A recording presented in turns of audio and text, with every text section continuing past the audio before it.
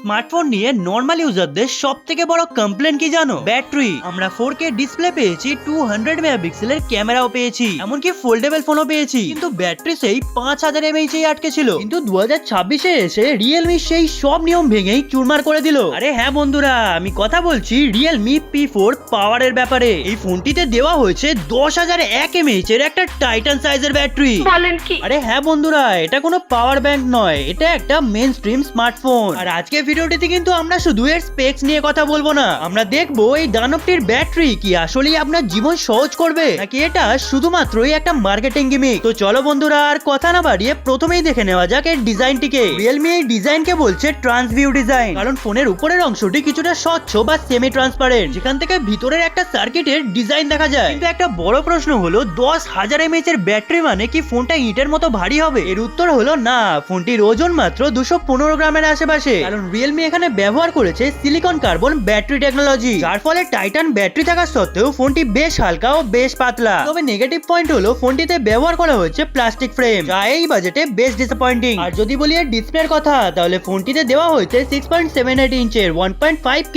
AMOLED display with 144 Hz refresh rate and 4500 nits এর peak brightness. তার মানে নিশ্চয়ই বুঝতেই পারছো এর ডিসপ্লে কিন্তু বেশ ব্রাইট ও বেশ স্মুথ। আর পারফরম্যান্সের জন্য ফোনটিতে দেওয়া হয়েছে MediaTek Dimensity 7400 Ultra চিপসেট, এটা কিন্তু খুবই ব্যালেন্স পারফরম্যান্স দেয়। আর ফোনটিতে টানা 5 ঘন্টা হাই গ্রাফিক্সের গেম খেলার পরেও ফোনটিতে আমি পারফরম্যান্স ড্রপ লক্ষ্য করলাম না। তবে এখানে একটা কথা বলে রাখি, এই প্রাইস পয়েন্টে কিন্তু এর থেকেও বেটার পারফরমিং চিপসেট অ্যাভেলেবেল রয়েছে। যদিও রিয়েলমি এটা হাই পারফরম্যান্স সেন্ট্রিক ফোন বানায়নি, হাই ব্যাটারি সেন্ট্রিক ফোন বানিয়েছে। তাই যদি বলি এর আসল শক্তি এর ব্যাটারির কথা, তাহলে যেমনটা প্রথমেই বললাম, ফোনটিতে দেওয়া হয়েছে 10,001 mAh এর একটা বিশাল সাইজের ব্যাটারি, যা দিয়ে তুমি টানা 32 ঘন্টা ইউটিউব ভিডিও দেখতে পারবে। আর সাধারণ ইউজাররা তো একবার চার্জ দিলে ফোনটি 3 থেকে 4 দিন অনায়াসেই চলে যাবে। আর সবচেয়ে মজার ফিচার হলো এতে 27 ওয়াটের রিভার্স চার্জারও সাপোর্ট রয়েছে, ফলে বিপদের সময় তোমার বন্ধুর ফোন যদি ডেড হয়ে যায় তাহলে এই ফোনটা কিন্তু পাওয়ার ব্যাংক হিসেবেও কাজ করবে। তবে এখানে একটা টুইস্ট আছে, রিয়েলমি বক্সে দিয়েছে 80 ওয়াটের একটা ফাস্ট চার্জার। 5000 mAh ফোনের জন্য 80 ওয়াট মানে রকেটের গতি, কিন্তু 10,000 mAh এর ফোনের জন্য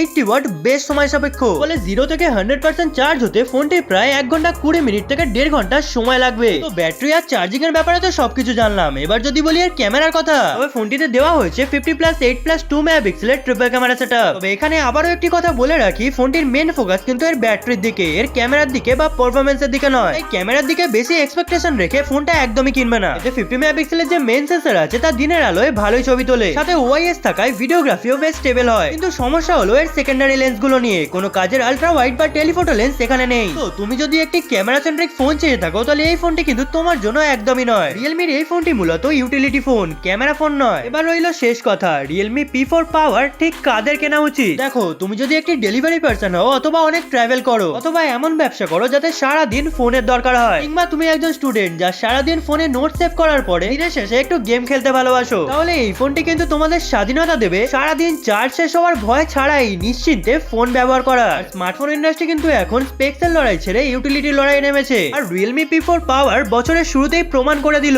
ব্যাটারি লাইফ নিয়ে আমাদের আর চিন্তা করতে হবে না। মাত্র 30,000 টাকার বাজেটে ফোনটি কিন্তু একটি সত্যিকারের পাওয়ার হাউস হতে চলেছে। তো এবার বলো তোমার কি মনে হয়, 10,000 mAh এর একটি ব্যাটারি কি আসলেই দরকার, নাকি এটা শুধুই বাড়াবাড়ি? তোমার মতামত কমেন্ট করে অবশ্যই জানাও। আর ভিডিওটি ভালো লাগলে একটি লাইক অবশ্যই করে যাও। আর ভিডিওটির এন্ড স্ক্রিনে একটি বাড়াবাড়ি ক্যামেরাওয়ালা স্মার্টফোনের ভিডিও লিংক অ্যাটাচ করে দিলাম, যা দেখে তোমরা সত্যি অবাক হতে চলেছো। চলো বন্ধুরা, আজকের ভিডিওটি এখানেই শেষ করলাম, দেখা হবে পরবর্তী ইনফরমেটিভ টেক ভিডিওতে।